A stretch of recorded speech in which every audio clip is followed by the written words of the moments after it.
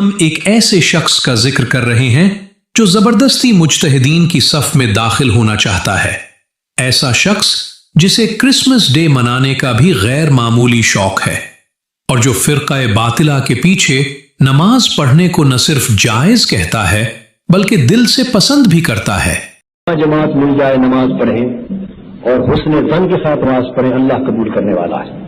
ان معاملات میں الجھیں گے، آپ کی نسلیں تباہ ہوں گی۔ یہ وہ شخص ہے جو مسیحی اور یہودی لوگوں کو اپنی مسجد میں عبادت کی دعوت دیتا ہے۔ اگر آپ کی عبادت کا وقت ہو جائے تو مسجد میں ناج القرآن کسی ایک وقت کے ایونٹ کے لیے نہیں کھولی تھی، ابد الاباد تک آپ کے لیے کھلی ہے۔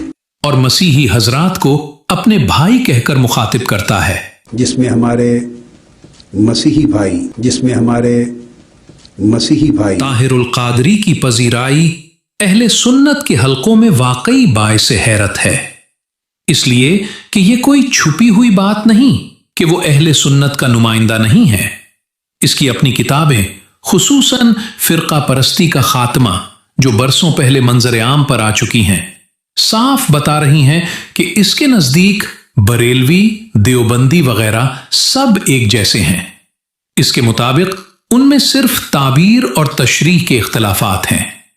اب سوال یہ ہے کہ جب دیوبندی حضرات کے خدا اور رسول کے بارے میں کچھ مخصوص عقائد موجود ہیں تو پھر ان سب کو ایک ہی صف میں کھڑا کرنا کس طرح درست ہو سکتا ہے؟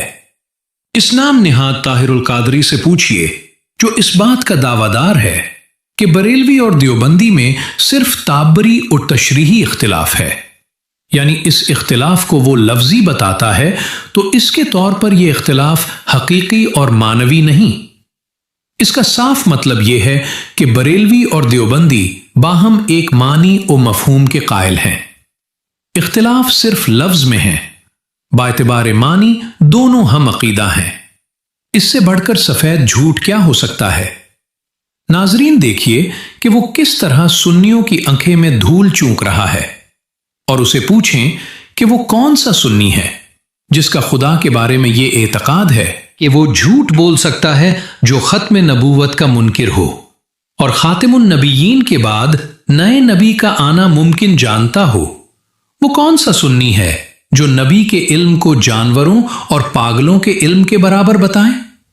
شیطان کے لیے وسعت علم مانے، نبی کے لیے علم غیب کو شرک ٹھہرائے کہ فکری گمراہیاں یہیں تک محدود نہیں، بلکہ اس نے اپنے آپ کو مجتہد کہہ کر کچھ نظریات گھڑ لیے اور مجتہدین کی صف میں داخل ہونے کی کوشش کی۔ اہل سنت و جماعت کا واضح اور اجماعی موقف ہے کہ ناجی فرقہ صرف وہ ہے جو چاروں اماموں میں سے کسی ایک کا مضبوط مقلد ہو۔ جو اس راستے سے ہٹ جائے وہ گمراہ بھی ہے اور دوسروں کو گمراہ کرنے والا بھی ہے۔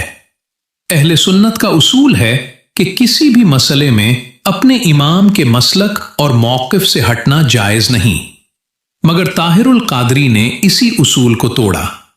اس کی تجدد پسندی کا آغاز اس وقت ہوا جب اس نے دیت کے مسئلے میں امام اعظم ابو حنیفہ اور جمہور فقہا کے بالکل خلاف رائے پیش کی۔ اس مسئلہ کی تفسیر ڈسکرپشن میں موجود ہے۔ علماء نے بہت سمجھایا مگر وہ اپنی خود ساختہ رائے پر قائم رہا، حتیٰ کہ ایک گفتگو میں جب ایک عالم نے کہا اس مسئلے میں امام اعظم ابو حنیفہ کا قول یہ ہے، تو اس نے بڑی جرت کے ساتھ جواب دیا، آپ میرے دلائل کے مقابلے میں ان کا نام کیوں لیتے ہیں؟ وہ تو اس مسئلے میں ہمارے فریق ہیں۔